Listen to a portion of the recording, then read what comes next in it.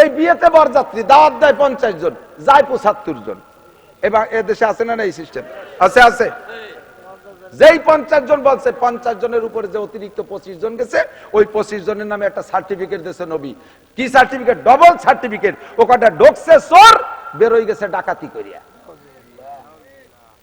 ঢোকছে চোর, চোর রেখে দাওয়াত দেয় নাকি? এ চোর রেখে বাড়ি দাওয়াত দেয়? চোর নিজের কায়দা ঢোকে না, আর যাওয়ার সময় লুটিয়ে ফুটিয়ে নিয়ে যায়, ডাকাতি করে নিয়ে যায়। এ কটারে দাওয়াত দিনে ঢোকছে চোর। আর এই বিনা দাওয়াতে কটা খায় বেশি? বিনা দাওয়াতে গুলো এর হাঁসের মতো গলা সমান গেলে বেগ ছাড়তে ছাড়তে বার হয়ে যায়। ডাকালা সারে কানবা খরাজা মুগিরা, এ কটা চোর হয়ে ঢুকলো, ডাকাত হইয়া। কখনো অতিরিক্ত বিয়ের বরযাত্রীতে নেবেন না। 50 করে আপনার 150 জাতি হবে, 150 কন্ট্যাক্ট করেন। আর সে বাড়ি কন্ট্যাক্ট করবেনই বা কেন? সে বাড়িতে আপনার খাওয়া পাওনা আছে নাকি? মেয়ে বিয়ে উপলক্ষে, মেয়ের বিয়ের উপলক্ষে, বিয়ে উপলক্ষে মেয়ের বাড়ি কোনো খানা হবে না। শুনে রাখেন ওলামায়ে কেরামের কাছে, বিয়ে উপলক্ষে মেয়ের বাড়ি কোনো খানা হবে না, বরযাত্রী হবেই না। খানা হবে ছেলের বাড়ি। আউলি মোলাবি সাত নবী বলেন, বিয়ে করে আনছিস, বাড়ি একটা ছাগল জবাই দিলে খাওয়া দে দেশের মানুষকে। তা খাওয়াতি যে তার নাম তুইছে আবার বউবার, বউ ভাতা, বনাম হাল খাতা। লা তাজলিমুনা ওয়ালা তুজলামুন, জুলুম করবা না, জুলুমের ভিতরে পড়বা না। তুমি এই পার্সিয়ালিটি করবা না, দেখে দেখে নিজের লোকগুলোর চাকরি দিবা, আর নিজের লোক যারা না তাদের চাকরি দিবা না, তা হবে না। কার্ডগুলো নিজেদের মধ্যে বিতরণ করবা, যারা তোমার আত্মীয় থেকে দূরে আর নজরের থেকে দূরে তাদের মধ্যে দিবা, তা দিবা না, তা হবে না। সব জায়গা ন্যায় বিচার করবা, সকলকে সমান হারে দিবা। লা তাজলিমুনা ওয়ালা তুজলামুন, জুলুম করবা না, জুলুমের ভিতরে পড়বা না। এই বয়ান করতেছেন হযরত ওমর, ইনসাফের বয়ান করতেছেন। ইতিমধ্যে মাঝখানে একজন দাঁড়ায় গেছে, দাঁড়ায় বলতেছি, ইয়া উমর, প্রেসিডেন্ট। যেই ওমর, কোন ওমর কন্ত, যেই ওমরে দেখলে শয়তান রাস্তার থেকে নেমে চলে যায়। আমাদের দেশের ওমর না, আমাদের দেশের ওমর রে আরো শয়তানে বিড়ি ধরি দেয়, আছে না এরকম? নাম আতর আলী, তাহলে মনে হয় যেন সারা গায়ে ঘিরা, অথচ গায়ে ভুয়া পাটার গন্ধ। এরম আতর আলীর দরকার নাই। ওমর, যেই ওমরের নামটা মসজিদে নববীর গেটে লেখা আছে, নাম তার বাবে ওমর। শয়তান দূর থেকে আসে, ওমরের নামটা লেখা দেখার সাথে সাথে ওখান থেকে আফিরুল শয়তানু, আফিরুল শয়তানু ওয়া ইয়াজরুতু জুরাতান, বাই ছাড়তে ছাড়তে পিছনের দিক পলায়, পাত্তি বাত্তি বলায় শয়তানে ওমরের নাম শুনলি। এত বড় বাঘা ওমর, আল্লাহু আকবার। সেই ওমর খুতবা দিচ্ছেন মসজিদে নববীতে। সাহাবী একজন সামনে দাঁড়ায় বলতেছে, ইয়া উমার সাহ, ওমর আপনি চুপ থাকেন, আপনার মুখে এই বক্তব্য শোভা পায় না। ইনসাফের বক্তব্য, ন্যায় বিচারের বক্তব্য আপনার মুখে শোভা পায় না। হযরত ওমর বলেন, কেন আমার মুখে শোভা পায় না? সঙ্গে সঙ্গে হযরত ওমর তাকে ধমক দিয়ে বসাই দিয়েছে, বেটা মজলিসের মধ্যে কি বলিস? আমার মুখে যদি ন্যায় বিচারের বক্তব্য শোভা না পায়, এই বর্তমান বিশ্বে কার মুখে ইনসাফের বক্তব্য শোভা পাবে? লোকটারে ধমক দিয়েছে, লোকটা ভয়তে বৈশা পড়ছে। সঙ্গে সঙ্গে হযরত ওমর রাদিয়াল্লাহু তাআলা আনহুর ছেলে আব্দুল্লাহ ইবনে ওমর রাদিয়াল্লাহু তাআলা আনহু ইত্তেবায়ে সুন্নতের 1 নম্বর যারা ছিল, তার ভিতরে আব্দুল্লাহ ইবনে ওমর একজন। নবীর সুন্নাত যতগুলো, একটা সুন্নতকে চুল পরিমাণ ছাড়েন নাই হযরত আব্দুল্লাহ ইবনে ওমর। যুবক মানুষ, যৌবনকাল থেকে, ছেলেবেলায় থেকে নবী পাককে পেয়েছে, আর ছেলেবেলার থেকে তৈরি হয়ে গেছে, নবীর একটা সুন্নত ছাড়বে না। এ আমার যুবকরা, কিয়ামতে যদি হযরত ওমরের সাথে, হাসান হুসাইনের সাথে জান্নাতে যাইতে চাও, সাইয়্যিদাই সুবহানিল জান্নাহ, জান্নাতি যুবকদের নেতা হাসান হুসাইন, তাদের সাথে যদি জান্নাতে যাইতে চাও, এখন থেকে তুমি প্রস্তুতি নাও। বুড়ো হলে ভালো হবা, বুড়ো হলে তোমার ভালো হতে বলা লাগবে না, বুড়ো হলে এমনি ভালো হয়ে যায়। এই বুড়োর যদি কই যে কাকা আর ডাকাতি করবেন না, তাহলে কি কোয়া লাগে নাকি? ওনার ডাকাতির বল আছে।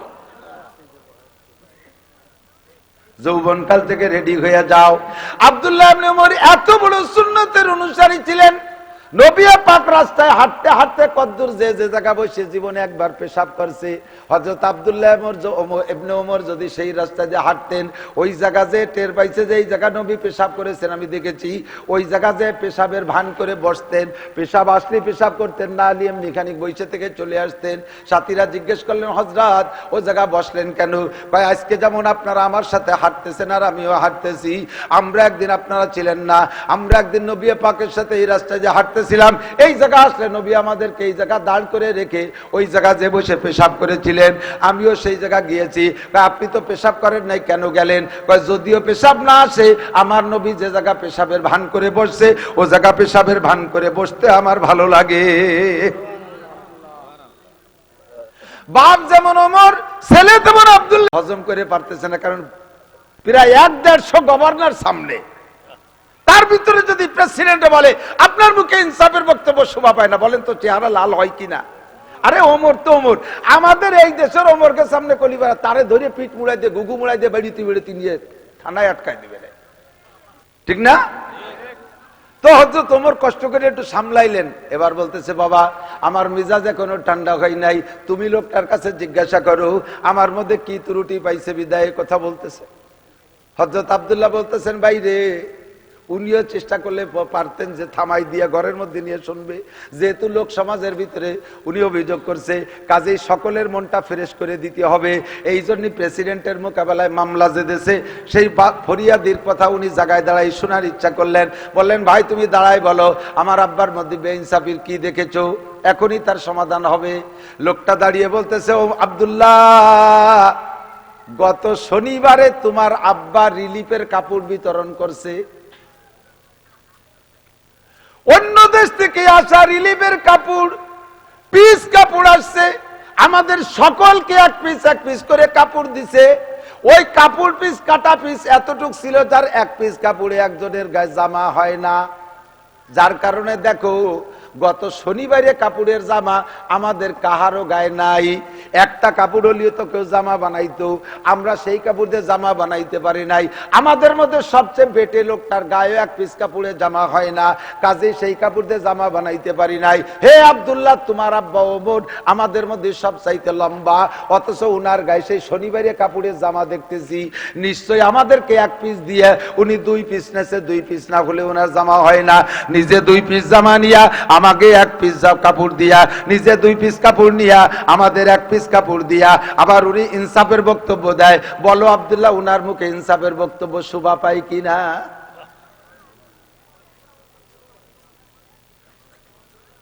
আব্দুল্লাহ বলতেছে, আব্বা এই গভর্নরদের সামনে, হাজার হাজার মুসল্লিদের সামনে আমি স্বীকার করলাম আল্লাহর কসম আপনি 2 পিস কাপড় নিয়ে জামা বানাইছেন। ওই লোকটার অভিযোগ সত্য, এবার তারে ধমক দিয়ে বসায় দিলেন, কিয়ামতে যদি আপনার এই পেছে আটকাইয়া দেয় আপনার জান্নাতে যাইতে দেরি হবে, জবাব দেন আপনি।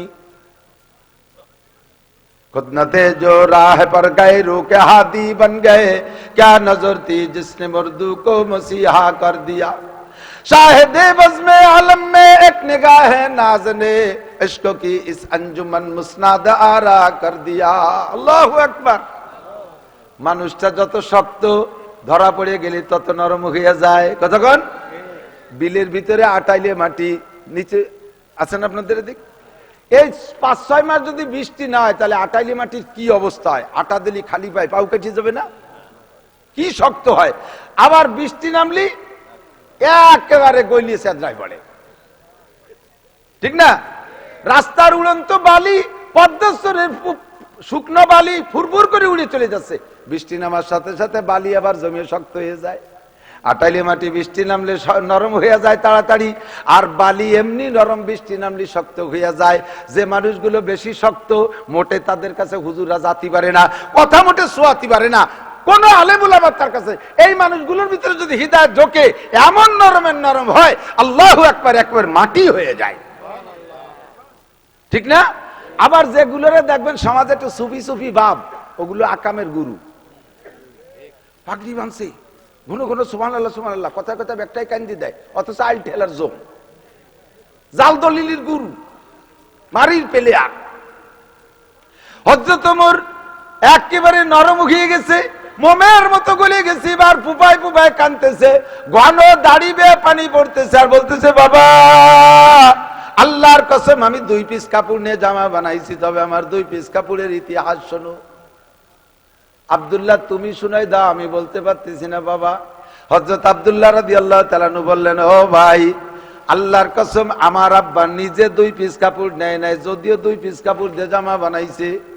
বাইরে তোমার কি মনে আছে গত শুক্রবার আমার আব্বা এত বড় রাষ্ট্রের প্রেসিডেন্ট, এত বড় রাষ্ট্রপ্রধান, গত জুমার নামাজ মসজিদে নববীতে পড়াইছে, আমার আব্বার গায়ের জামাটা কি তোমার মনে আছে বলো তো কেমন ছিল? কয় তোমার আব্বার গায়ের জামা ছিল 8 থেকে 10টা তালি দিয়া, কোন কোন জায়গায় কাপড়ের তালি না, চামড়ার তালি। প্রেসিডেন্টের জামা 8 থেকে 10টা তালি দেওয়া।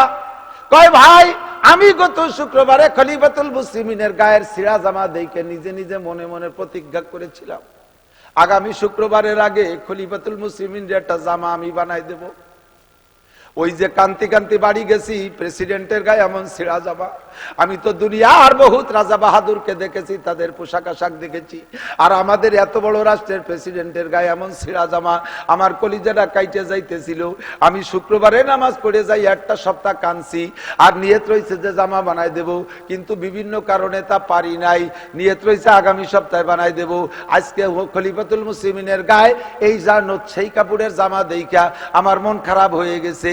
তবে খলিফাতুল মুসলিমিনের গায়ে আমি ছিঁড়া জামা দেখেছিলাম। হযরত আব্দুল্লাহ বলেন, বাইরে তুমি আমার আব্বার সন্তান না, তুমি আমার আব্বার ভাইও না, তুমি আমার আব্বার আব্বাও না, তুমি আমার আব্বার নাতিপুতাও না। আরে তুমি দূরের মানুষ হইয়া আমার আব্বার গায়ে ছিঁড়া জামা দেখে যদি তোমার এমন খারাপ লাগতে পারে, আমি তার সন্তান হইয়া আমার কেমন লাগতে পারে?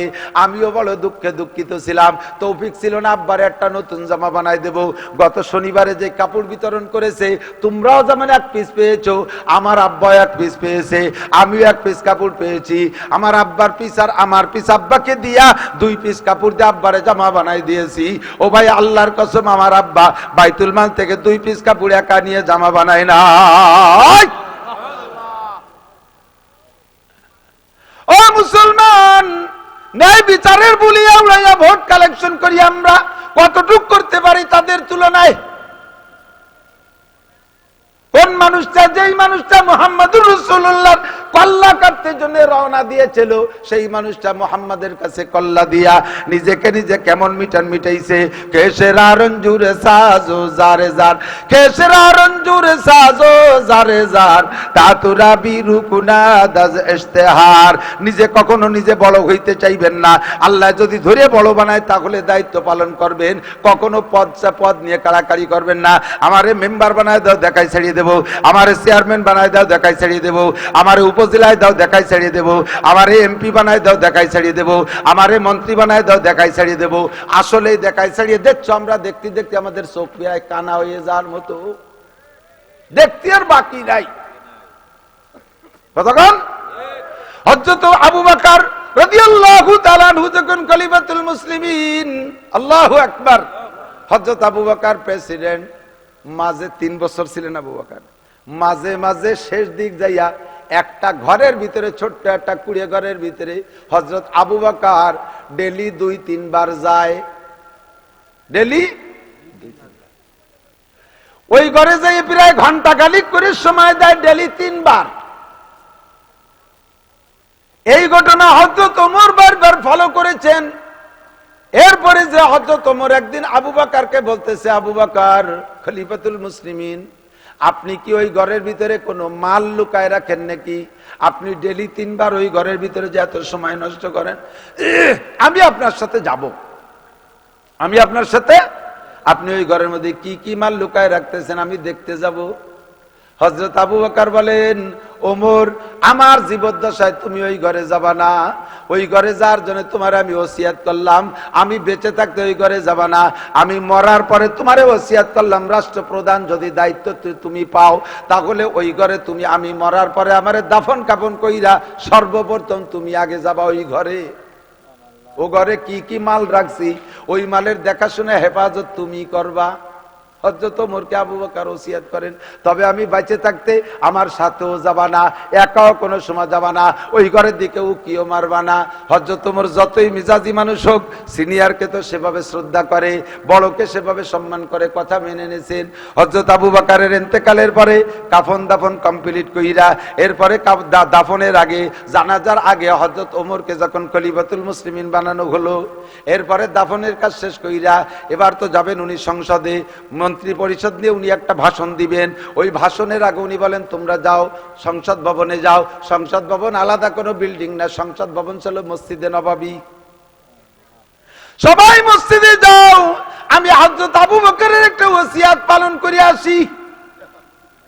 হযরত ওমর আবু বকরের ওসিয়াত পালন করতে যাইয়া ওই ঘরের ভিতরে ঢুকছেন। ঘরের ভিতরে গিয়ে দেখে কি মাল, আল্লাহু আকবার, একটা বুড়ি মহিলা, চক্ষু দুটো অন্ধ, সারা গায়ে কুষ্ঠবেদী, কানও পিরায় অর্ধবয়রা, পুরো শোনে না, মুখের ভিতরে দাঁত নাই, ঠোঁটের এখান দিয়ে পচা পচা ভাব, সারা গায়ে কুষ্ঠবেদী। বুড়ি অন্ধ উপর দিক হা করে বলতেছে, বাবা আবু বকর কখন আসবা, আমারে কখন খানা খাওয়াবা? অন্ধ বুড়ি দেখে না, মুখস্থ উপর দিক এরকম করে বলতেছে, বাবা আবু বকর কখন আসবা, আমারে কখন খানা খাওয়াবা, আমারে কখন পরিষ্কার করে দিবা, এই বলে হাক মারতেছে। ইতিমধ্যে হযরত ওমর ঢুকছেন। হযরত ওমরের ঢুকাটা একটু বুড়ি আন্দাজ করে বলতেছে, বাবা আবু বকর আসছো। হযরত ওমর পরিচয় দেয় নাই, যাইয়ে বলছে, সালাম দিয়ে বলছে যে, বুড়ি তোমার কি দরকার? কয় কি বাবা, তুমি আবু বকর এত দেরি করে আসছো কেন? তুমি একদিন আসো না, প্রায় 2-3 ওয়াক্ত চলে গেল, আমারে খানা খাওয়াও না। বুড়ির ওই অবস্থা দেইখা হযরত ওমর রাদিয়াল্লাহু তাআলা আনহু আর দেরি না করে বাসায় যে স্ত্রীকে বলছে, তাড়াতাড়ি খানা পাকাও, মহিলা ঝাল খানা খাইতে পারে না, মুখের ভিতরে ঘা, মিষ্টি হালুয়া নরম করে পাকাও। স্ত্রী দ্রুত পাকাইলেন আর বললেন, আমি আগে আমার ওসিয়ত পালন করে আসি। কয় কার জন্য নেবেন, আমি কি সাথে আসবো? কয় না, তোমারে বলে নাই, বলছে আমাকে। দায়িত্ব তোমার না, দায়িত্ব আমার, দায়িত্ব আমার, আমি যাই। তাড়াতাড়ি রান্না করে ঠান্ডা করে দেশে হযরত ওমর নিয়া ওই মহিলার মুখের ভিতরে হাত দিয়ে লুকমা করে দিয়েছে হালুয়া। হালুয়া দেওয়ার পরে মহিলা মুখ বন্ধ করে ফেলাইছে, হাতের ছোঁয়া লাগিয়ে চক্ষু বন্ধ করে হাত কান ধরে ফেলছে। কয় বাবা তুমি কে, পরিচয় বলো। বুড়ি তো চোখে দেখে না আবু বকরের হাত না কার হাত, এটা বুঝবে কি করে? বুড়ি মুখের সাথে হাত লাগানোর সাথে সাথে কয়, বাবা তুমি কে আছো, পরিচয় বলো। হযরত ওমর বলতেছে, বুড়ি তুমি পরিচয় চাও কেন? কয় যে নিশ্চয়ই এটা আবু বকরের হাত না, বলো আমার আবু বকর দুনিয়া আছে না নাই? ও বুড়ি তুমি কি করে টের পাইলে এটা আবু বকরের হাত না? কয় আমার আবু বকর 1 বছর আগে আমারে মুখে হাত দিয়ে খানা খাওয়াইতো, আর এই 1 বছর দিকাইছা প্রায় 2 মাস আমারে হাত দিয়ে খানা খাওয়ায় না। আমার আবু বকর আইছে আমারে খানা খাওয়ায় না, আমার বিছনা পরিষ্কার করে দেয়, আমার কাপড় পাল্টায় দেয়, আমারে ধুয়ে মুছে সাফ করে, তারপরে খানা খাওয়ায়। শেষের দিক 2 মাস আমারে হাত দিয়ে খানা খাওয়ায় না, নিজের মুখের মধ্যে খানা নিয়া ওইটা আমার মুখের মধ্যে দেয়। হাতে ছোঁয়া লাগলে আমি মুখে ব্যথা পাই, তার জিহ্বে দিয়ে আমারে খানা খাওয়ায়। ও বাবা হাত দেখে আমি টের পাইছি এটা আবু বকর না, বলো আমার আবু বকর আছে না নাই? হযরত ওমরের ভিতরে এমনি আবু বকরের বিরোধী যারা চলতেছে, বুড়ির মুখে এই কথা শুনে আবু বকর একটা চিৎকার মেরে বলে, বুড়ি আমি এর চাইতে বেশি খেদমত করতে পারবো না, আমি এতটুকুই পারবো। আল্লাহু আকবার। তোমার আবু বকর আজকেই ইন্তেকাল করেছে, তারে দাফন করে আমি তোমার জন্য খেদমতের জন্য আসছি। আমি আবু বকরের ওসিয়ত হিসেবে আসছি। আবু বকর যা পারছে দুনিয়ার কেউ তা পারবে না, আমার দ্বারা আদৌ সম্ভব না। তোমার আবু বকর দুনিয়া থেকে চলে গেছে, আমার হাতের খানা নাও। বুড়ি আবু বকর চলে গেছে খবরটা শুনে একটা চিৎকার মেরে বিছানা থেকে যেন আধা উঁচু হয়ে গেছে। এই দুর্বল বুড়ি লাফ দিয়ে উঠে গেছে, আর একটা চিৎকার মেরে কলিজা ফাইটা বুড়ি মারা গেছে। আবু বকরের খানার পরে আর ওমরের খানা বুড়ির মুখে যায় নাই। আল্লাহ নবী বলেন, ইযা কানা উমারুকুম কিয়ারাকুম, যখন তোমাদের নেতারা হবে এরকম ভালো মানুষ, নেতারা হবে ভালো মানুষ, শুধু আমাদেরকে প্রলোভন দিয়ে ভোট নিয়ে যায় তা না, নেতারা যদি হয় এই চরিত্রের ভালো মানুষ, ওয়া আগনিয়াকুম সুমহাকুম, তোমাদের ধনীরা যদি হয় দিনদার, ধনীরা যদি হয় দানবীর, ওয়াউমুরুকুম শুরা বাইনাকুম, সব কামকাজগুলো যদি পরামর্শ সাপেক্ষে হয়, ফাজাহারুল আরদে খায়রুম মিন বাতনিহা, তখন তোমাদের জন্য দুনিয়ায় বেঁচে থাকাটা মরার চাইতে উত্তম হবে। মরতে চাইবা না, তখন আল্লাহর কাছে হায়াত চাইবা, আল্লাহ তুমি আমাদের নেতারে হায়াত বাড়াই দাও, এরকম নেতার ছায়াতলে আমরা থাকতে চাই। কথা বলেন ঠিক কি ঠিক না? রাতের বেলা বেরোইছে হযরত ওমর ছদ্মবেশে, রাতের বেলা হযরত ওমর ছদ্মবেশে বেরোইছে। হায়াতে সাহাবার ভিতরে, হেকায়াতে সাহাবার ভিতরে তবলিগালারা পড়ে থাকেন, পড়ছেন না? পড়ছেন না? রাতের বেলা বের হইছে, চলে গেছে বাহিরে, যাইতে যাইতে যাইতে যাইতে জঙ্গলের ভিতরে, জঙ্গলি এলাকায় চলে গেছে। আল্লাহু আকবার, গিয়ে দেখে একজন মহিলা হাড়িতে চুলায়, চুলার উপরে হাড়িতে পানি জ্বালাইতেছে। কচি কচি বাচ্চারা পাশ দিয়ে বসে কাঁদতেছে, বাচ্চারা কান্নাকাটি করতেছে।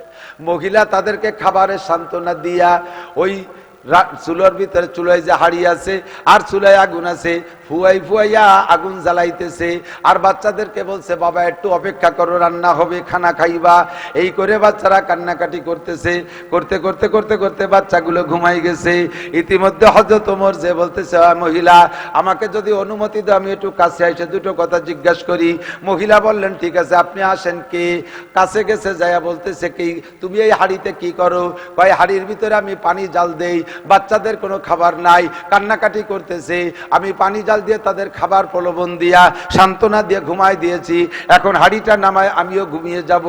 আল্লাহু আকবার।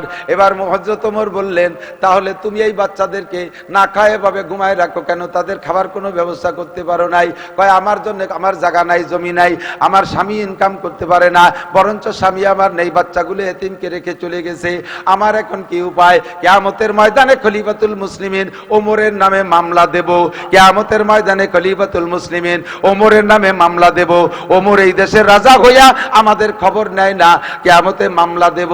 এবার হযরত ওমর বললেন, বুড়ি তাহলে অপেক্ষা করো, মহিলা অপেক্ষা করো, আমি দেখি তোমার জন্য কোনো ব্যবস্থা করতে পারি কিনা। উনি তখনও পরিচয় দেয় না যে উনি হযরত ওমর। মহিলা তো ওমরে চেনে না, এমনি এমনি মামলা দেবে। হযরত ওমর যাইয়া বাইতুল মালে যাইয়া বস্তা ভরে খাবার নিছে, চর্বি নেছে, খেজুর নেছে, ময়দা নেছে, তেল নেছে, যা যা দরকার সব নেছে। বস্তা বইরে এবার গোলাম রে কয়, বস্তা বইরে উনার গোলাম রে কয়, গোলামের নাম মাহজা রাদিয়াল্লাহু তাআলা আনহু। এর আবার আলাদা কিসসা, লম্বা কিসসা, জম্মের কালো হাবশি মানুষ। এই গোলাম রে বলতেছে, গোলাম বস্তা আমার মাথায় উঠাই দে। অর্ধ পৃথিবীর প্রেসিডেন্ট সে গোলাম রে কয় বস্তা আমার মাথায় উঠাই দে। গোলাম কয়, খলিফাতুল মুসলিমিন আপনি পায়খানা করলে সে পায়খানা পরিষ্কার করার দায়িত্ব আমার, আপনার সবকিছু করার দায়িত্ব আমার, আর আমি আপনার মাথায় এই বস্তা তুলে দেব, আমার কিয়ামতে কি হবে? এটা আদৌ সম্ভব না, আমার মাথায় দেন। হযরত ওমর কয়, ও গোলাম, ওই মহিলার খাবার পৌঁছাই দেওয়ার দায়িত্ব তোমার না, তোমার দায়িত্ব আমার পায়খানা সাফ করা। পায়খানা যদি কোনোদিন করি সাফ করে দিও। তোমার দায়িত্ব আমার কাপড় পরিষ্কার, ময়লা হলে পরিষ্কার করে দিও। তোমার দায়িত্ব আমার জুতো সোজা করার, বেকা হইলে সোজা করে দিও। কিন্তু ওই বাচ্চাদের খানা খাওয়ার দায়িত্ব তোমার না, ওদের কারণে কিয়ামতে তোমার জবাব দেওয়া লাগবে না, জবাব আমি ওমরের দেওয়া লাগবে। কাজে এই বস্তা আমার মাথায় উঠাই দাও। হযরত ওমরের মাথায় বস্তা নিয়েই নিলেন, চলে গেলেন হযরত ওমর একা একা, কেউরে সঙ্গে নিলেন না। নিয়ে মহিলাকে বললেন, মা তুমি একটু সরে বসো।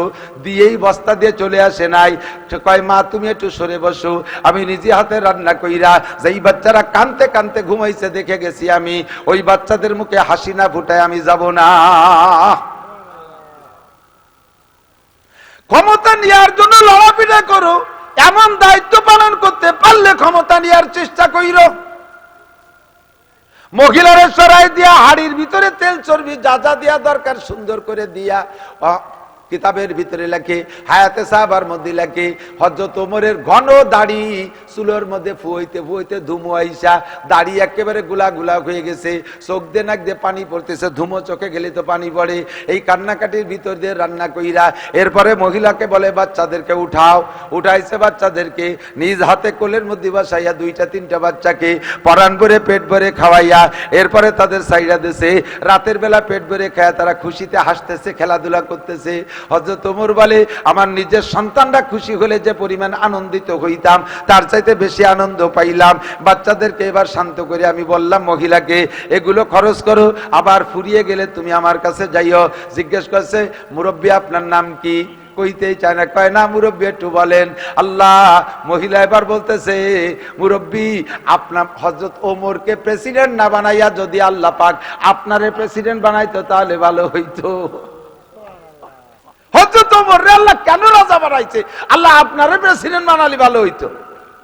হযরত ওমর তখনও পরিচয় দেয় নাই, কয় বাবা তুমি অমুক জায়গায় যাইবা, মাল ফুরাই গেলে যাবা, সেখানে আমারে পাইবা।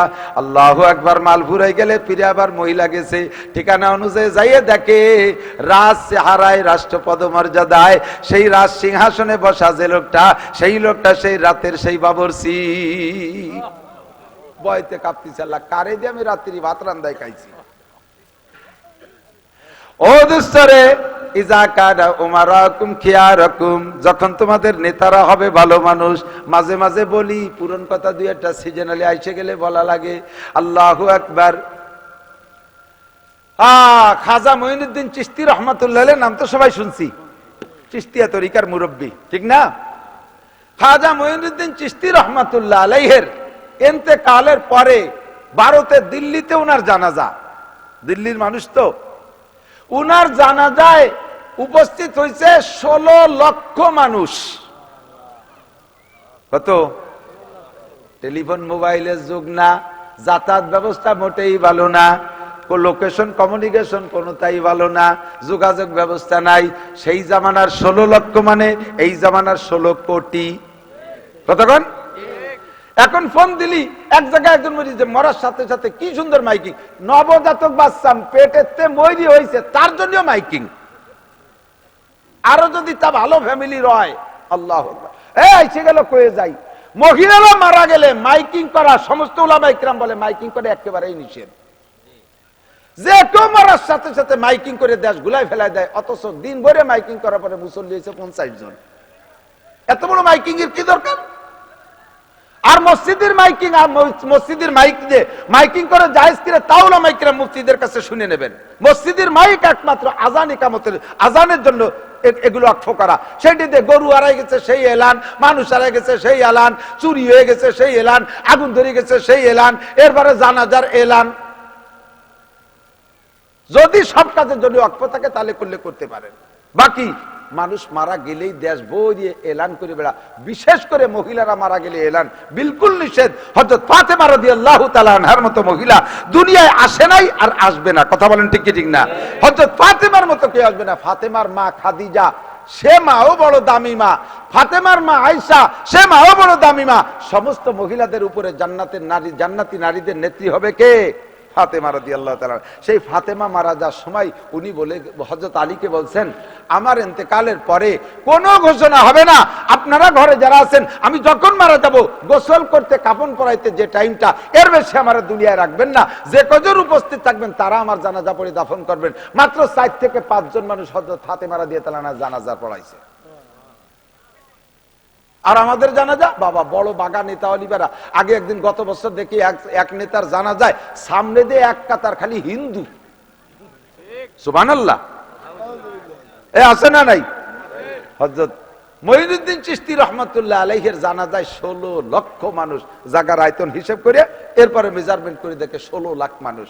তার ভিতরে উনার চেহারা, উনার লাশের চেহারা দেখা 1 লক্ষ হিন্দু কলেমা পড়ে মুসলমান হয়ে গেছে। চেহারা থেকে যেন আলাদা একটা নূর বের হচ্ছে, এই দেখে 1 লক্ষ হিন্দু মুসলমান হয়ে গেছে। 16 লক্ষ মানুষ জানাজায় উপস্থিত। জানাজার ইমামতি করবেন কে? ওনারও খলিফা আছে বহুত, পীর মাশায়েখ অনেক আছে। মরার আগে উনি একটা ওসিয়ত করে গেছেন উনার ছেলেকে, সিরিয়াল অনুযায়ী নিয়মতান্ত্রিক ভাবে মাইয়েতের যদি যোগ্য ছেলে থাকে তাহলে 1 নম্বর মাইয়েতের জানাজার ইমামতির অধিকার হলো ছেলের, বড় ছেলে না থাকলে মেজো ছেলে, না থাকলে সেজো ছেলে। ছেলেদের ভিতরে এভাবে সিরিয়াল আসতে থাকবে। আল্লাহু আকবার। কিন্তু উনার ছেলেরা উনি ওসিয়াত করে গেছে, বাবা আমার জানাজার ইমামত তুমি না, জানাজার ইমামতির জন্য যোগ্যতা লাগবে 3টা। যদি 3 যোগ্যতা তোমার মধ্যে থাকে তাহলে তুমি পড়াইবা, না থাকলে যার মধ্যে থাকে তারে দিয়ে আমার জানাজার ইমামতি করাবা। যোগ্যতা 3টা কি? ওসিয়াত করে গেছে উনাকে 16 লক্ষ মানুষ জানাজার কাতারে দাঁড়ানো, মাইয়েত সামনে মঈনুদ্দিন চিশতি রহমাতুল্লাহ আলাইহি। এবার ইমামতির মসনাদে কে দাঁড়াবে? ওলামা ইকরাম বলতেছে ওনার ছেলেকে তুমি দাঁড়াও। কয় না আব্বা আমাকে একটা ওসিয়াত করে গেছে, ওই যোগ্যতা আমার মধ্যে না থাকার কারণে আমি পারতেছি না। কয় কি ওসিয়াত? কয় আমার জানাজার ইমামতি করবে, আব্বাজির জানাজার ইমামতির জন্য বলে গেছে যেই লোকটার মধ্যে 3টে গুণ থাকবে ওই লোকটা জানাজার ইমামতি করবে। যেই লোকটার মধ্যে 3টে গুণ, 1 নম্বর গুণ হলো সাবালেগ হওয়ার পরের থেকে আজকে পর্যন্ত একটা ওয়াক্তের নামাজও তাকবীরে উলা ছোটে নাই। তাকবীরে উলা কারে কয়? ইমাম সাহেব আল্লাহু আকবার বলে সানা বাঁধে কিরাত পড়ে রুকুতে যার আগে নামাজে অ্যাটেন্ড করার নাম হলো তাকবীরে উলা পাওয়া। 1 নম্বর যোগ্যতা ওই লোকটার ভিতরে থাকবে সাবালেগ হওয়ার পরে আজকে পর্যন্ত তার জিন্দেগিতে একটা ওয়াক্তের নামাজও তাকবীরে উলা ছোটে নাই। 2 নম্বর যোগ্যতা ওই লোকটা আসরের নামাজের আগে 4 রাকাত কবলাল আসর সুন্নতে গায়ের মুআক্কাদা যেদিন থেকে পড়া শুরু করছে সেই দিন থেকে আজকে পর্যন্ত কোনো দিন ছোটে নাই। 3 নম্বর যোগ্যতা ইচ্ছাকৃত ভাবে কোন কবিরা গুনাহ কোনদিন করে নাই। কেইসা যোগ্যতার যোগ্যতা কেমন শর্তের শর্ত? প্রথমটা বললে বেশ কয়েকজন রেডি হয়েছে তালি মনে হয় আমি পাবো। 2 নম্বরটা বলার পরে 90% জড়িয়ে গেছে, তালি আর হলো না। 3 নম্বরটা বলার পরে 100তে 100 বাদ পড়ে গেছে। ইচ্ছায় অনিচ্ছায় কবিরা গুনাহ হয়েই যায়। আসরের আগের 4 রাকাত যতই নিয়মিত পড়ি কয়েকদিন পড়া যায়, মাঝে মাঝে ছুটে যায় কি যায় না। যেদিন ঢাকা যাইতে জন্য বেলা 3টের সময় গাড়িতে উঠছেন, রাস্তায় কোনো মতে আসর তাই ফরজটা পড়িয়ে পারি না, আর কোথায় তাকে কবলাল আসর 4 রাকাত। এই লোকটার কোনো দিন ছোটে নাই। একবার এলান দেশে কোনো ইমাম আসে না, 2বার এলান দেশে তাও কোনো ইমাম আসে না। এবার উলামা ইকরাম বলছে ভাইজান আর বলেন না, যদি 3বার বলার পরেও ইমাম বের না হয় তাহলে লোক ছত্রভঙ্গ হয়ে যাবে, ইমাম নাই জানাজা হবে না, কাজেই দরকার নাই। আবার তাৎক্ষণিক মশওয়ারা হলো যদি এই যোগ্যতার মানুষ নাই থাকবে তাহলে হযরত এই শর্ত দিতেন না, অবশ্যই এই যোগ্যতার মানুষ আছে। আর যেই লোকটার মধ্যে এই যোগ্যতা আছে সেই লোকটা এই জানাজা ফেল করাও মানুষ না, অবশ্যই লোকটা আছে। বলে দেন 3 নম্বর বার আবার এলান করেন। ওনার ছেলে আবার বললেন আব্বাজির ওসিয়াত এই 3টা যোগ্যতা যার মধ্যে আছে কষ্ট দিয়েন না, লক্ষ লক্ষ মানুষ রোদ্রের মধ্যে দাঁড়িয়ে আছে, মাইয়েতের কষ্ট হচ্ছে, তাড়াতাড়ি দাফন করতে হবে। এই যোগ্যতার মানুষ যে আছেন তাড়াতাড়ি চলে আসেন। যতবার এলান করছে সব মানুষ খালি এদিক ওদিক তাকায়, কে আসে কোন দিক থেকে এই যোগ্য মানুষটা খুঁজে কেউ রে পায় না। কিন্তু সামনে একেবারে সিনা বরাবর একটা লোক দাঁড়ায় আছে, ওই লোকটার কে দিক তাকায় না, ওই লোকটা শুধু নিচে হয়ে ফুফায় ফুফায় কাঁদতেছে। সবাই এদিক ওদিক তাকায়, ইমাম কোন দিক থেকে আসে, ওই লোকটা কোন দিক তাকায় না, নিচে মুখী তাকাইয়া বুক ভাষায় ফেলতেছে কানতে কানতে। এবার যখন বললেন, 3য় বার বললেন ভাইরে কে আছেন এই যোগ্য ইমাম, তাড়াতাড়ি আসেন মাইয়েতের কষ্ট হচ্ছে। ওই লোকটা সামনের থেকে হাইটা যাইয়া হযরতের গলা জড়ায় ধরে কপালে চুমু খেয়ে বললেন এই গুণ 3টে আপনার কথা অনুযায়ী আমি অর্জন করেছিলাম, আপনি আমারে 3টে গুণ অর্জন করতে বলেছিলেন। আব্বাজি আপনার সাথে আমাকে আমার নাবালেগ কাল থেকে সম্পর্ক করে দিয়েছে, আমি সাবালেগ হওয়ার পর থেকে আপনার সাথে সম্পর্ক রাখি। এই 3টে সবক আপনি আমারে দিয়েছিলেন, আমি 3 সবক নিয়ে বড় হয়েছি। আপনি বলেছেন কোন আমল করে মানুষকে জানাবা না, তবলিগি যাই আইসে গল্প মারবা না যে চিল্লে দিয়ে আসলাম, চরমুনাই যাই আইসে গল্প মারবা না, চাঁদ দোকানে যে আমি জীবনে কোনোদিন চরমুনাই মিস করি না, হজের থেকে আইসা তুমি গল্প মারিয়ে বেড়াবা না, হজের থেকে আইসা পোস্টারের ভিতরে আলহাজ লেখানোর চেষ্টা করবা না, কোনো আমল করে মানুষকে জানানোর চেষ্টা করবা না। আপনি বলেছেন সেই অনুযায়ী আমি চুপ করে রয়েছি, আমার এই আমল কেউ জানে না। আজকে আপনি মরার পরে লক্ষ লক্ষ মানুষের সামনে সামনে আমাকে অপমান করলেন কেন, আমাকে মানুষের সামনে জানায় দিলেন কেন? অভিযোগটা তার কানে দিয়া যাই নামাজে দাঁড়িয়ে গেলেন। 16 লক্ষ মানুষের জানাজার ইমামতি হযরত মঈনুদ্দিন চিশতি রাহমাতুল্লাহ আলাইহির জানাজার ইমামতি করলেন যেই ভদ্রলোক, উনি কোনো মাদ্রাসার মুহাদ্দিস না, উনি কোনো নামদারি পীর না, উনি তৎকালীন ভারত উপমহাদেশ, ভারত বাংলাদেশ পাকিস্তান, ভারত বাংলাদেশ পাকিস্তান, শ্রীলঙ্কা, মালদ্বীপ, নেপাল, ভুটান, বার্মা সহ একটা রাষ্ট্র ছিল। এই বিশাল রাষ্ট্রের প্রেসিডেন্ট সুলতান শামসুদ্দিন আল তামাশ রহমাতুল্লাহ আলাইহি।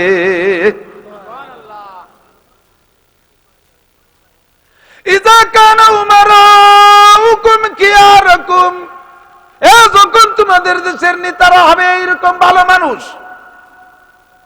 নেতারা খালি নির্বাচনের সময় আমি বলবো, সরাসরি বলবো, এক শ্রেণী মানুষ আলেম উলামাদেরকে ধিক্কার দেয়, মৌলবীরা ধর্ম ব্যবসায়ী, কয় কি কয় না? আমাদের মৌলবীদের ব্যবসায়ী হলো ধর্ম, এটা আমাদের গালি দিলেও বহন করতে হবে, না দিলেও আমরা নিজেরা স্বীকার করব। তবে আমাদেরটা ধর্ম ব্যবসা না, আল্লাহ পাক রব্বুল আলামিন ধর্মের ধারক বাহক হিসেবে বানাইছে, তাই আমরা করি।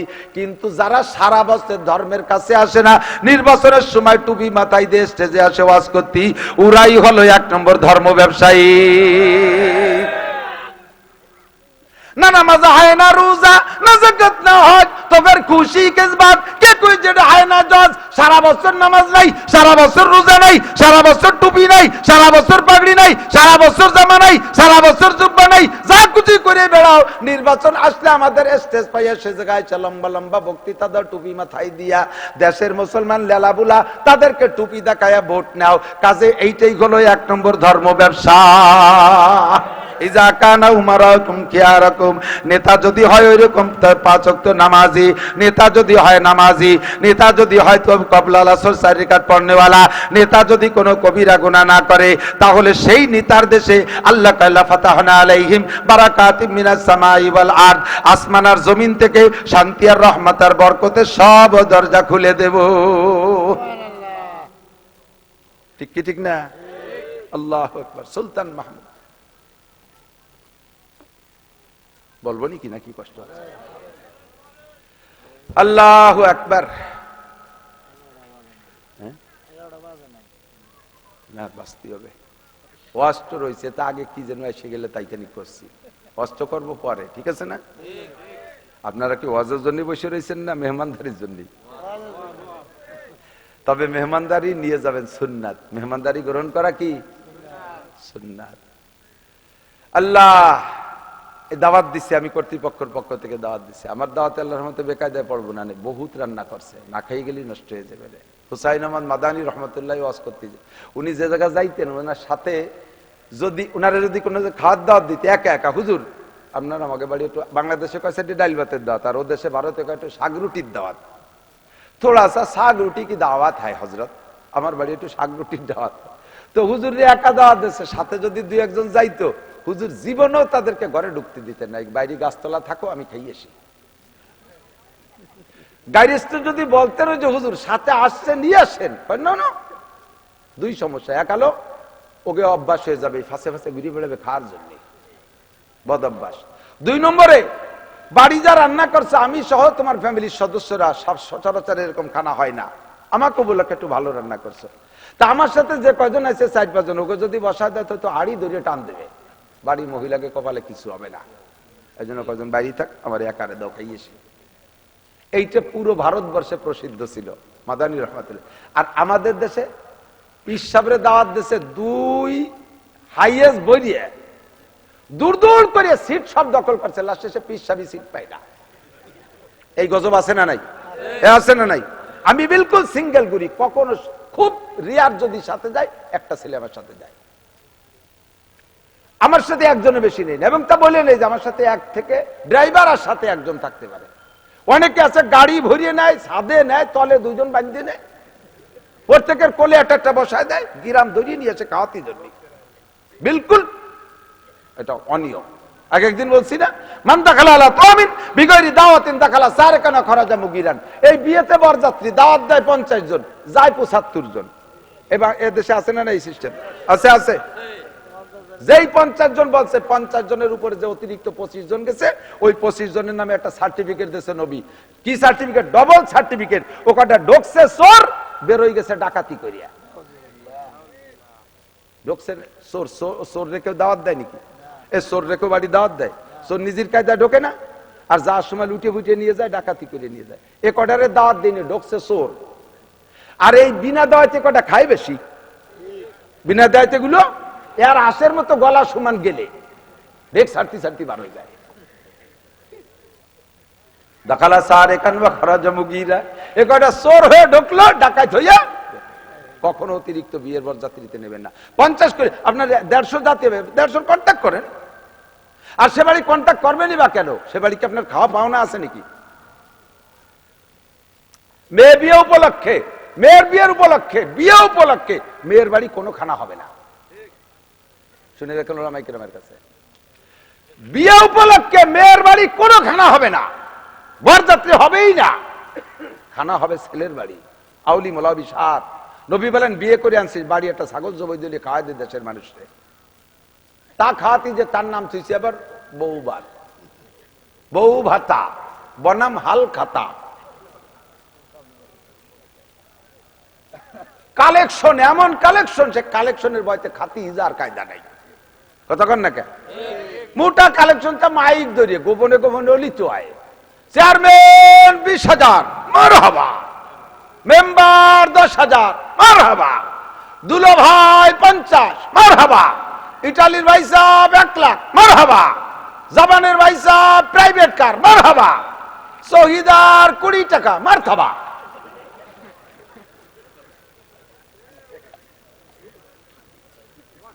শহীদার কয় কি, তোর বাড়ির দ্বারা জীবনও আসবো না, চারটে খাওয়াই এই অপমান করলি, 20 টাকা না করলি কি ছিল? কতক্ষণ বস্তা বস্তা কালেকশন। হাদিসে আসছে পরিষ্কার, 2টা দাওয়াত, আকিকা আর অলিমা, বউ ভাত, 2 দাওয়াতে কালেকশন করা, সিস্টেম করে কালেকশন করা টাকা শুয়োরের পায়খানা খাওয়ার চাইতে হারাম, শুকরের পায়খানা খাওয়ার চাইতে হারাম। খয়রাত করবা, জায়গা পাও না, যাও টেকেরাট বাজারের মধ্যে থাল পাইতে বসে দাও, চারটে খাওয়াইয়ে মানুষে গেটে মোহরিয়ারটা দিয়ে বসাই দেয়। কালেকশন করো, কালেকশন করো। মুসলমানই দেশে জায়গা কালেকশন হারাম, বিলকুল হারাম। ব্যবসার জায়গা পাই নেই, ছেলে একটা মুসলমানই দিয়ে 1 লাখ টাকা ব্যারাকের থেকে লোন উঠে গিয়ে খাওয়াইছে, 3 লাখ টাকা কালেকশন হয়েছে। খুশিতি উস নাই, আল্লাহ কি এরবো, ছেলে মোটে একটা কি এরবো, নিজে আর একবার নিবো নি মুসলমানি, ভালোই তো ব্যবসা, নাও এবার গুড়া বাজিয়ে কেটে গেল। শয়তানি যত, এগুলো হারাম, এই কুপ্রথা বাদ দিতে হবে। খাওয়াবেন ফিসাবিলিল্লাহ, বিয়েতে বরযাত্রী যাবে, বরযাত্রী জায়েজ নাই। হ্যাঁ, মেয়ের বাপ যদি স্বেচ্ছায় বলে বিয়েই, মৌলানা নাসির সাহেব বলছে কোরআন হাদিসে যা আছে তার খেলাপ করব না, তবে আমার মেয়েটা একেবারে এভাবে একা একা এসে নিয়ে গেলে আমার মন ছাড়বে না, আপনি দেখে গণ্যমান্য 20-50 জন লোক নিয়ে এসেন, 50 জন নিয়ে আসেন, 20 জন নিয়ে আসেন, সে যে কয়জন বলবে সেই কয়জন। আমি ছেলে বিয়ে দিছি এই গত মার্চের আগের মার্চে, কালেকশন হবে না। আমি 80 জন লোক নিয়েছি, 80 জনের খরচের কথা আমার বিয়ে বলছি, আর এই 80 জনের ভাড়া ভিতর সব দিয়ে নিয়েছি, 4 আনা পয়সা আমি থেকে নিয়ে কোনো আত্মীয় স্বজনে নেই। প্রত্যেক জায়গায় সুন্নতের পাবন্দি করেন, ইনশাল্লাহ বরকত হবে। আমার নাতি হয়েছে, নাতি হওয়ার সাথে সাথে আমি ছিলাম হাসপাতালে, আজান দিছি আমি নিজি মুখে, একামত দিছি আমি খেজুর, আজোয়া খেজুর সংগ্রহ করে রাখছি। আমার নাতিকে আমি সর্বপ্রথম আমার মুখ থেকে খেজুর খাওয়াইছি। বাড়ি আনার পরে কারি সাইদুল ইসলাম আসাদ সাহেব আমার মাহফিলে গেছে, তারে দিয়ে খেজুর খাওয়াইছি। একেবারে জাস্ট সপ্তম দিন রবিবারে জন্ম নিয়েছে, সোমবারে জন্ম নিয়েছে, পরে রবিবারে আমি 2টা ছাগল কিনে আকিকা মাদ্রাসায় দিয়ে দিছি। কেন কালেকশন? কেন কিসের কালেকশন? এই জাতীয় খানা খাওয়াইয়া কালেকশন করা হারাম। একটু প্রতিজ্ঞা করেন। আপনাদের এলাকায় প্রথা খুব বেশি আছে, আমি জানি, খুব আছে। এ নিয়ে বিশাল একটা ধুম ধাড়াক্কা চলে, আর একটা আকাম চলে বিয়ের ভিতরে। এই ঢাকার ওই দিক বেশি আছে, আপনাদের এদিক আছে কিনা জানি না। উকিল বাপ সাজায়, উকিল বাপ একজনের সাজাইয়া সেই উকিল বাপের সাথে হুবহু বাপের মতো দেখা সাক্ষাৎ, তার সাথে দেখাও দিয়েছিল না শরীয়তে জায়েজ। প্রতিবেশী চাচা, প্রতিবেশী আর একজন, তারা উকিল বাপ বানাইয়া সেই বাড়ি জামাই মেয়ে বানাই দিছে, তার সাথে পর্দা পুশিদার কোনো বালাই নাই। ওই উকিল বাপের সাথে এই মাইয়ের বিয়েও জায়েজ। আর পাতায় নিয়ে কুটুম্বুতে একেবারেই বাপ পাতায়, ছেলে পাতায়, মা পাতায়, যারের মুখ বুলা মা, পাতায় নিয়ে মা। পাতায় নিয়ে মা বোঝেন তো? ধর্মমা। ধর্মমা কয় নাকি? ধর্ম মারে 100 বার বিয়ে করা জায়েজ। ধর্ম মারে জীবন ভরে বিয়ে করা জায়েজ। ধর্ম খালারে বিয়ে করা জায়েজ। ধর্ম বোনরে বিয়ে করা জায়েজ। যারা বিয়ে করা জায়েজ তার সামনে যা যায় যায় কি? এই কুপ্রথাগুলো আমাদের ভিতরে এখনো চলতেছে। মাদানী রহমাতুল্লাহ আলাইহির সাথে 2-3 জন গেলে তাকে ভিতরে ঢুকতে দিতেন না। ভুলে গেছেন নাকি?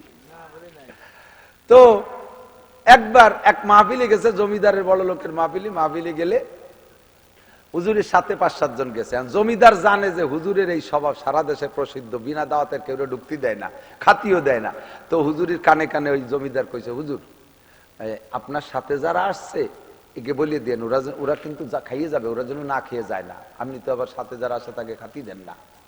আজকে কিন্তু আমি দাওয়াত দিছি, সাথে যারা আসে খাইতে তারা যেন খাইয়ে যায়। এইরকম মাঠ ভরা মানুষ এই খবর পাইয়া হুজুর বললেন, মিয়া আপনারা সবাই আমার সাথে আসছেন না? অচন্তি সবাই দাওয়াত জমিদার বাড়ি। জমিদারের উদ্দেশ্য হলো হুজুরের সাথে গাড়িতে যে 5-6 জন আছে সেই কয়জন। কিন্তু হুজুর মাঠ ধরে দাওয়াত দিয়ে দিয়েছে। এখন জমিদারের কাপা শুরু হয়ে গেছে, কম্পন। হুজুর কি এলেন? হুজুর এত মানুষ আমি তো খাতি দিতে পারবো কি? আমি তো বলছি আপনার সাথে যে কজন। হুজুর কয়, মিয়া এই সবই আমার সাথে আছে। আমি নালি এরা আসতো নাকি? ভাই যত রান্না করুক, আমরা বক্তারা না হলে থাকতেন নাকি এতক্ষণ? তাহলে সবই আমার সাথে আইছে। তো তুমি মিয়া কইলে একটা ভয় পাচ্ছ? হুজুর ভয় পাচ্ছি, সম্পদের ভয় পাচ্ছি না। সময় দিলি তো আমি 2 গরু 5 গরু কালেকশন হবে না। আমি 80 জন লোক নিয়েছি, 80 জনের খরচের কথা আমার বিয়ে বলছি। আর এই 80 জনের ভাড়া ভূত সব দিয়ে নিয়েছি। 4 আনা পয়সা আমি ক্ষেত্রে কিনে কোনো আত্মীয় স্বজনের নেই। প্রত্যেক জায়গায় সুন্নতের পাবন্দি করেন, ইনশাল্লাহ বরকত হবে। আমার নাতি হয়েছে, নাতি হওয়ার সাথে সাথে আমি ছিলাম হাসপাতালে। আজান দিছি আমি নিজি মুখে, একামত দিছি আমি খেজুর, আজোয়া খেজুর সংগ্রহ করে রাখছি। আমার নাতিকে আমি সর্বপ্রথম আমার মুখ থেকে খেজুর খাওয়াইছি। বাড়ি আনার পরে কারি সাইদুল ইসলাম আসাদ সাহেব আমার মাহফিলে গেছে, তারে দিয়ে খেজুর খাওয়াইছি। একেবারে যার সপ্তম দিন রবিবারে জন্ম নিয়েছে, সোমবারে জন্ম নিয়েছে, পরে রবিবারে আমি 2টা ছাগল কিনে আকিকা মাদ্রাসায় দিয়ে দিছি। কেন কালেকশন? কিসের কালেকশন? এই জাতীয় খানা খাওয়াইয়া কালেকশন করা হারাম। একটু প্রতিজ্ঞা করেন। আপনাদের এলাকায় প্রথা খুব বেশি আছে, আমি জানি, খুব আছে। এর নিয়ে বিশাল একটা ধুম ধারাক্কা চলে। আর একটা আকাম চলে বিয়ের ভিতরে। এই ঢাকার ওদিক বেশি আছে, আপনাদের এদিক আছে কিনা জানি না। উকিল বাপ সাজায়। উকিল বাপ একজনের সাজাইয়া সেই উকিল বাপের সাথে হুবহু বাপের মতো দেখা সাক্ষাৎ, তার সাথে দেখাও দিয়েছিল না, শরীয়তে যায়। প্রতিবেশী চাচা, প্রতিবেশী আর একজন, তারা উকিল বাপ বানাইয়া সেই বাড়ি জামাই মেয়ে বানাই দিছে। তার সাথে পর্দা বসিদার কোনো বালাই নাই। ওই উকিল বাপের সাথে এই মাইয়ের বিয়েও জায়েজ। আর পাতায় নিয়ে কুটুম্বুতে একেবারেই বাপ পাতায়, ছেলে পাতায়, মা পাতায়, যারের মুখ বুলা মা, পাতায় নিয়ে মা। পাতায় নিয়ে মা বোঝেন তো? ধর্মমা। ধর্মমা কয় নাকি? ধর্ম মারে 100 বার বিয়ে করা জায়েজ। ধর্ম মারে জীবন ভরে বিয়ে করা জায়েজ। ধর্ম খালারে বিয়ে করা জায়েজ। ধর্ম বোনরে বিয়ে করা জায়েজ। যারা বিয়ে করা জায়েজ তার সামনে যা যায় যায় কি? এই কুপ্রথাগুলো আমাদের ভিতরে এখনো চলতেছে। মাদানী রহমাতুল্লাহ আলাইহির সাথে 2-3 জন গেলে তাকে ভিতরে ঢুকতে দিতেন না। ভুলে গেছেন নাকি? তো একবার এক মাহফিলে গেছে, জমিদারের বড় লোকের মাহফিলে গেলে হুজুরের সাথে 5-7 জন গেছে। জমিদার জানে যে হুজুরের এই স্বভাব সারা দেশে প্রসিদ্ধ, বিনা দাওয়াতের কেউ ঢুকতে দেয় না, খাতিও দেয় না। তো হুজুরের কানে কানে ওই জমিদার কইছে, হুজুর আপনার সাথে যারা আসছে একে বলিয়ে দেন, ওরা কিন্তু খাইয়ে যাবে, ওরা যেন না খেয়ে যায় না। আপনি তো আবার সাথে যারা আসে তাকে খাতি দেন না। আজকে কিন্তু আমি দাওয়াত দিছি, সাথে যারা আসে খাইতে তারা যেন খাইয়ে যায়। এইরকম মাঠ ভরা মানুষ এই খবর পাইয়া হুজুর বললেন, মিয়া আপনারা সবাই আমার সাথে আসছেন না? অচন্তি সবাই দাওয়াত জমিদার বাড়ি। জমিদারের উদ্দেশ্য হলো হুজুরের সাথে গাড়িতে যে 5-6 জন আছে সেই কয়জন। কিন্তু হুজুর মাঠ ধরে দাওয়াত দিয়ে দিয়েছে। এখন জমিদারের কাপা শুরু হয়ে গেছে, কম্পন। হুজুর কি এলেন? হুজুর এত মানুষ আমি তো খাতি দিতে পারবো কি? আমি তো বলছি আপনার সাথে যে কজন। হুজুর কয়, মিয়া এই সবই আমার সাথে আছে। আমি নালি এরা আসতো নাকি? ভাই যত রান্না করুক, আমরা বক্তারা না হলে থাকতেন নাকি এতক্ষণ? তাহলে সবই আমার সাথে আইছে। তো তুমি মিয়া কইলে একটা ভয় পাচ্ছ? কয়দূর ভয় পাচ্ছি, সম্পদের ভয় পাচ্ছি না, সময় দিলি তো আমি 2 গরু 5 গরু তুই এত মানুষে খাওয়াবো কি রে? কয় যে বেটা এত মানুষ খাই নাকি? কয় হুজুর আপনি দাওয়াত দিয়েছেন, জমিদার বাড়ির দাওয়াতে না খাই একটাও যাবে না, আমি বেশ যেতে পারো। হুজুর কয় তুমি কি রান্না করছো ওইটা রেডি করো। ও যে সেটা রেডি, তার ভিতরে মনে মনে মন সারে আরো সাইডে চাল রেডি করিয়া তারপর ভাত টাত করিয়া একটু ডাইল লম্বা করে ফেলাইছে যাতে কোনো মতে কিছু সাইডে দেওয়া যায় মাথায় মাথায় মুট মুট করিয়া। তো হুজুর এই মাহফিল শেষে হুজুর তো টের পাইছে যে ঘটনা তো মহা বিপদে। আর হুজুর মেয়ারা সবাই মোনাজাতের আগে, এই মোনাজাতের পরে সবাই খেয়ে যাবেন, জমিদার বাড়ি দাওয়াত, দাওয়াত পাইছেন তো? বলে জি হুজুর, আপনি দাওয়াত দিয়েছেন, খেয়ে যাবো। যারা আমারে দোয়া কুনুত শুনতে পারবেন তারা এই পাশে দাঁড়াবেন, তারা খাবেন। যে কয়জন দোয়া কুনুত শুনতে পারবেন ওই কয়জন খাবেন, যারা দোয়া কুনুত শুনতে পারবেন না খাবেন না। এই কইলি উঠে দলে দলে এসেছিল, চলে যাস কাকা, হুজুর দোয়া কুনুত পারি না। মাঠ খালি 20-25 জন দাঁড়াইছে। এরপরে জমিদার হাসতে হাসতে হুজুর ইয়ে কি চালা দিলেন চালন দিয়া। হুজুর কয় মিয়া এর চেয়ে ভালো চালা আর একটা আছে, সেটা হলো যদি এই সব কয়জনে কই যে জানাজার দোয়া শুনো আমারে, জানাজার দোয়া না শুনলে খাতি পাবা না, তোর একটাও টেকবে না। কথা কর না কে? একটা ঠিক কিনা? কয়জন পারেন জানাজার দোয়া, কয়জন পারেন দোয়া কুনুত? আল্লাহু আকবার। তো দোস্ত কি যেন বলতে যে সরে চলে গেছি, যে এখানে আপনাদের জন্য মেহমানদারির ব্যবস্থা আছে, দাওয়াত দিছে কর্তৃপক্ষ, দাওয়াত দিছে, সবাই থাকবেন ইনশাআল্লাহ, ঠিক আছে না? হাদিয়া গ্রহণ করা সুন্নাত, দাওয়াত খাওয়া সুন্নাত, সেই দাওয়াত দিলাম, তবে শেষ পর্যন্ত কথা শুনতে হবে। আল্লাহ তাআলা আমাদের জন্য যোগ্য নেতার ব্যবস্থা করে দিক, বলেন আমিন। এই 2-3 দিন আগে মাঝে মাঝে পেছিয়ে যায়, সব 2 দলের প্রার্থী একসাথে আসে আমার কাছে, 3-4 দলের প্রার্থী স্টেজে এই পালাক্রমে মাইক নিয়ে দোয়া নিয়ে যায়। শেষে আমার কয় যে হুজুর দোয়া করেন, দোয়া নিয়ে আবার নিজেকে বক্তব্য দিয়ে চলে যায়। সিলেট গেছি উপজেলা নির্বাচনের সময়, চেয়ারম্যান 4 দলের, আমলিগির এক প্রার্থী, বিএনপি, জাতীয় পার্টি, জামাত ইসলাম, 4 নেতা চেয়ারম্যান প্রার্থী, মাইকে ওয়াজ করে টরিয়ে দোয়া চাইয়ে বসে রয়েছে। আমার কয় হুজুর একটু দোয়া করেন। আমি এই 4 জন বসে, একজন 3 জন চলে যায়, একজন থাকে, তার জন্য একটু অ্যাঙ্গেলে দোয়া করা যায়, 4 জন বসে রয়েছে। আমি কি কব কন দিদি? আমি বললাম যে আল্লাহ এই 4 জন আছে, 4 জন জন এবার হয়ে যায়, 4 জন পালসিয়ে তা তো হবে না, হবে না, একজন একটু ভালো দিয়ে কন, এসে ভালো আর কিভাবে কবে? সেটু কইলাম আল্লাহ যার দ্বারা দেশের খেদমত হবে, দশের খেদমত হবে, জাতির খেদমত হবে, জনগণের হক সঠিকভাবে বুঝে পাবে, যার দ্বারা ধর্মের, ইসলামের, মাদ্রাসার, উলামায়ে কিরামের খেদমত হবে, ওরে তুমি নির্বাচিত করে দিও। কথা বলেন, জোরে বলেন আমিন। আমাদের এ জায়গাও দোয়া তাই নাকি বলেন? এখানেও দোয়া তাই, যার দ্বারা দেশ ও দশ ও জাতীয় ধর্মের সেবা হবে। আল্লাহ তাআলা তুমি বাংলাদেশের সেই জাতীয় এমপি গুলোকে নির্বাচিত করে দাও যারা উলামা বিদ্বেষী, ধর্ম বিদ্বেষী, ইসলাম বিদ্বেষী, আলেমদেরকে সহ্য করতে পারে না। এই জাতীয় নেতার থেকে বাংলাদেশকে তুমি রক্ষা করো, তাই যে দলেরই হোক না কেন, তার থেকে বাংলাদেশকে। যখন তোমাদের নেতারা হবে ভালো মানুষ, 3-4 নেতার নাম কইছি, রাতভর কইতে পারবো, হাজার হাজার গল্প জানা আছে, এইরকম বাগা বাগা নেতা।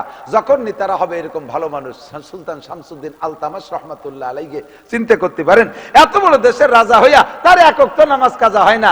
আমাদের দেশের মেম্বারে যদি আল্লাহ ডাকে, মেম্বার নান্টু মেম্বারে আছে নাকি তাহলে জানি রে, টুও করলাম তো ভাই বসতে পারে আর এক বেকায়দা, নান্টু মেম্বারে দিঘাসো কি ব্যাপার, তুমি নামাজ পড়ো নাই কে? আল্লাহ এই বিজিএফ কার্ডের মাল দিতি কর্নে যে কোন তো চলে গেছে, আমি টেরই পাইনি। আল্লাহ কয় তোমার রাষ্ট্র কত বড় ছিল? 300 ভোটার রাষ্ট্রে 300 ভোট নিয়ে উনি মেম্বার হয়েছে, তাকে বিজিএফ কার্ড দিতে নামাজ রক্ত কর্নে চলে গেছে, টের পাইনি। সাথে সাথে সুলতান শামসুদ্দিন আলতামাসকে হাজির করা হবে।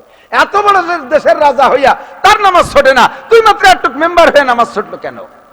চেয়ারম্যান নামাজ দাও, এমপি নামাজ দাও, কি জন্য পড়তে পারো নাই? দেশ চালাতি, যে দেশের কি চালাইছিস তুই তো যে ঢাকা টঙ্গের পর বসে রয়েছিস, দেশ তো যার চালান সেই চালাইছে। রাস্তা যা বানাই দিয়েছে আমরা ভ্যানেলা ফাতিলাবাতি দাবাতি দাবাতি জাতি তালে তাই, রাস্তার নামও রাখছি ডেলিভারি রোড। ডেলিভারি রুগী মহিলা বাচ্চা ডেলিভারি হচ্ছে না, নিয়ে যাবো রাজই, রাস্তায় যে গাড়িতে উঠেছি ভ্যান, রাস্তার যে জাকিতি রাস্তায় তার ডেলিভারি হয়ে গেছে। এই রাস্তার নামই তুইছে ডেলিভারি রোড। তুমি কি অর্থযোগ্য নেতা? আমাকে এদিকের রাস্তা ভালো আছে, জান নাই তো রাস্তা। বাংলাদেশের রাস্তা তো ঘোরেন নাই, আমি তো সারা দেশে ঘুরি। আই সেদিন গেছি এই পাশে এক থানায় গেছি, যাইতে আসতে আমার জীবনটা শেষ। 2টে মাহফিল সামনে করে গেছে, 2টে মাহফিলই নাই, পুলিশি ব্যাংকে ছুটি উড়ে দিয়েছে। আমি বললাম যে তোমরা বাংশ আমার টাকা কয়টা দাও। আমার তো আশা হয়ে গেছে, এরে কি রাস্তা। আল্লাহ হেফাজত করুক, বলেন আমিন। আল্লাহু আকবার। আল্লাহ পাক রব্বুল আলামিন আমাদেরকে বানাইছেন কোন উদ্দেশ্য আছে কিনা, কথা বলেন, আছে না? আছে না? এই যে আমাদের নেতারা বস্তা বস্তা টাকা খরচ করতেছে, কি দরকার এত টাকা দিয়ে? এত টাকা খরচ করেন কেন? কোটি কোটি টাকা। আর এবার শেখ হাসিনারে আমি যে কি দিয়ে একটা পুরস্কার দেবো তা বুঝে উঠতে পারতেছি না। এমন কায়দার নির্বাচন দিয়েছে, একজনের নৌকো দিয়েছে আর একজনের তুই ফাল্লি হইয়ে আয়। একই দলের মধ্যে 2 প্রার্থী, যারা এতদিন নৌকো পাইয়া নৌকো খান জমা দিয়ে তুই ঢাকা যে ঘুমাই রয়েছে, অন্য সে এমপি বাড়ি চলে গেছে। আর এইবার সে নৌকো রেখে নেক্সট নৌকোর লোকই দাঁড়ায় গেছে। এইবার আর অত সহজে না, ঘুম নাই, তাহাজ্জুদ পড়িয়ে নামা লাগতেছে। সারা রাতভর রাস্তায় দিয়ে এটি তাহাজ্জুদ পড়তেছে। আমি তো ঘুরিয়ে দেখতেছি। এত খরচ, এত কষ্ট, এত টাকা কেন খরচ করেন? পিছনে উদ্দেশ্য আছে না নাই? কথা বলেন, আছে না নাই? তুমি সামান্য 2 কোটি 5 কোটি টাকা খরচ করে যদি এত আশা রাখতে পারো, ও বান্দা তোমারে বানাইতে আমার কোটি কোটি টাকা লাগছে।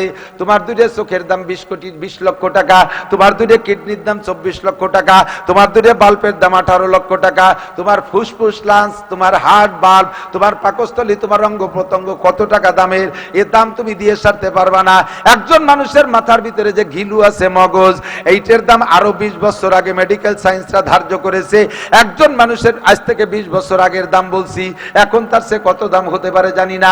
সেই সময় আমি পত্রিকায় দেখেছি একজন সুস্থ মস্তিষ্কের মানুষের মাথার মধ্যে যে ঘিলু আছে, এই ঘিলুটুকের দাম 40 লক্ষ কোটি টাকা। 40,000 কোটি টাকা। 40,000 কোটি টাকায় একজন মানুষের মাথার ঘিলুর দাম, মগজের দাম কত টাকা দিয়ে আল্লাহ আমারে বানাই। আমি একটা সূর্য বানাইলো, চন্দ্র বানাইলো, গ্রহ বানাইলো, নক্ষত্র বানাইলো, আমার জন্য ধান, আমার জন্য পান, আমার জন্য আম, আমার জন্য কাঁঠাল, আমার জন্য মাছ, আমার জন্য গোশ, আমার জন্য মাটি, আমার জন্য পানি, আমার জন্য অক্সিজেন, আমার জন্য লাইট, আমার জন্য ঘর বাড়ি, অসংখ্য নিয়ামত দিয়ে আমার আল্লাহ পাক আমাকে পালে। আমার পিছনে এত বিনিয়োগ করে আল্লাহ পাকের উদ্দেশ্য আছে না নাই? জানতে চাইলাম, আল্লাহ বলো তোমার উদ্দেশ্য কি? আল্লাহ কয় তুই রাজা হবি, বাদশা হবি, চেয়ারম্যান হবি, মেম্বার হবি, শিল্পপতি হবি, কোটিপতি হবি, রাষ্ট্রপতি হবি, ভগ্নিপতি হবি, দুলোভাই হবি, এগুলো আমার কোনো আশা না। আমার আশা তোর পিছনে একমাত্র মা খলাকতুল জিন্না ওয়াল ইনসা ইল্লা লিয়াবুদুন, একমাত্র আমার ইবাদতের জন্য তোরে বানাইছি। ইবাদত ছাড়া কিছু করতে পারবি না, ইবাদত ছাড়া কিছু করতে পারবি না। তোর আর কিছু আমি দেখতে চাই না। 24 ঘন্টা ইবাদত চাই, 24 ঘন্টা ইবাদত চাই। আল্লাহ ইবাদত করব কতদিন? আল্লাহ কয় আমা উমিরু ইল্লা লিয়াবুদুল্লাহ। আল্লাহ পাক বলেন ওয়াবুদ রাব্বাকা হাত্তা ইয়াতিয়াকাল ইয়াকিন, তোমার এই ইবাদত হবে মরণ পর্যন্ত। জোরে বলেন, নামাজ কতদিন? বলি কথা কয় না, নামাজ কতদিন? রোজা কতদিন? মৃত্যু পর্যন্ত, মরণ পর্যন্ত। বাংলায় কর, অত টেডি বাংলায় করার দরকার নাই। ঘরে আগুন লেগে গেছে, সে জায়গা যদি অত টেডি ওই জনগণ, ঘরে আগুন লেগে গেছে, তোমরা দাঁড়াও, আমি গোপালগঞ্জ থেকে মাইক কিনে নিয়ে আসি, এরপরে ঘোষণা হবে, এরপরে মাইক কিনে নিয়ে ও হ্যাঁ জনগণ, আমাদের বাড়ি অগ্নি সংযুক্ত হয়েছে রান্নাঘর থেকে। এ কতি কতি ঘর কয়বার বুড়া হয়ে যায়? আগুন লেগে গেছে, আরে আগুন, কথা বলেন না কে? ওরে আগুন, এই করে চিল্লাই পড়তে, দেশে আগুন লেগে গেছে। আবার অত টেডি বাংলার সময় নাই। ইবাদত কতদিন? মরণ পর্যন্ত। বলেন কতদিন? নামাজ কতদিন? শুধু শুক্রবার। ও শুকুর আলী মুসল্লি, খালি শুক্রবারে নামাজ পড়ে, শুকুর আলী মুসল্লি। রমজান আলী মুসল্লি, খালি রোজার মাসে পড়ে, আছে না নাই? সারা বছর নাই, খালি ঈদের নামাজ পড়ে না, বলে ইয়াদ আলী মুসল্লি। ঠিক না? আর একজন নির্বাচন আলী মুসল্লি, সারা বছর নয়, নির্বাচনের সময় আসরের নামাজ পড়ছে 4 বার একদিনই। মানে যে মসজিদই পড়ছে তারা তো দেখছে, ফাঁসে আরেক জায়গায় ভোট চাতে গেছে, তারা তো জানে না যে উনি নামাজ পড়ছে। সে জায়গায় যাই ভোটে আলোচনা, তোরা কথা বলতে থাক, আমি নামাজটা সারিয়ে আসি। তার মানে ওরাও জানুক যে উনি নামাজ পড়ে। এর নাম ধর্ম ব্যবসা। কথা কন না কে? এ আছে না নাই?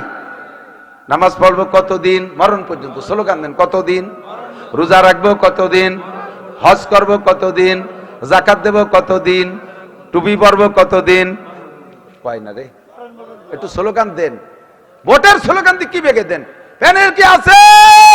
কোন সে প্যানেল? নৌকো, জোরসে বলো নৌকো, আরো জোরে দাঁড়িয়ে পাল্লা, তাইছে ধরে ধানের শীষ। এদিক তাকান, নামাজ পড়বো কতদিন? রোজা রাখবো কতদিন? দাড়ি টুপি কতদিন? ফরজ ওয়াজিব কতদিন? সব ইবাদত কতদিন? আল্লাহ কয় ওয়াবুদ রাব্বাকা হাত্তা ইয়াতিয়াকাল ইয়াকিন। কেন কয় মরার পরে ফলবো না? কে কয় যে যতদিন আমার নিয়ামত ব্যবহার করবি অতদিন আমার ইবাদত করবি, মরার পরে আমার কিছু ব্যবহার করা লাগবে না, কাজে আমার ইবাদত করাও লাগবে না। মরার পরে অক্সিজেন ব্যবহার করবে না, মরার পরে খাবার দাবার নাই। আল্লাহ নবী বলেন ইজা মাতাল ইনসানু ইনকাতা আনহু আমালুহু, মানুষ যখন মারা যায় তার সব আমলের দরজা বন্ধ হয়ে যায়। কবরে যে নামাজ নাই, এই কবরে যে নামাজ নাই, কবরে যে রোজা নাই, কবরে যে জিকির নাই, তেলাওয়াত নাই, কবরে যে জারি যাত্রা করসা গাজীর গান গুণযাত্রা নাই, কবরে যে খাজা বাবা নাই, কবর যে বান্ডারির গান বাজনা নাই, ও জায়গা ভালো নাই মন্দ নাই, কবরে গাঁজা বা ফেন্সিডিল হিরোইন নাই, বিড়ি সিগারেট হুক্কা নাই। আছে আছে।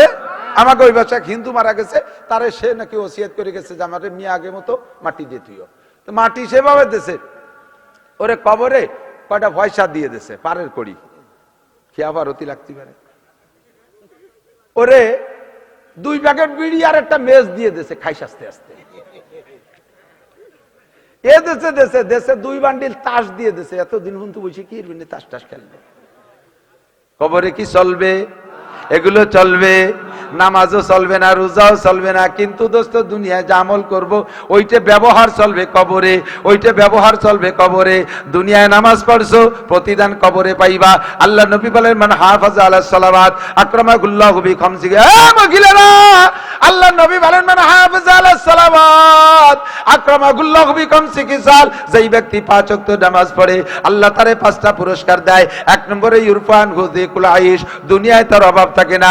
2 নম্বরে কবরের আযাব থাকে না, ওয়াযিকুল আইশ ওয়া আযাবুল কবর, কবরের আযাব থাকে না।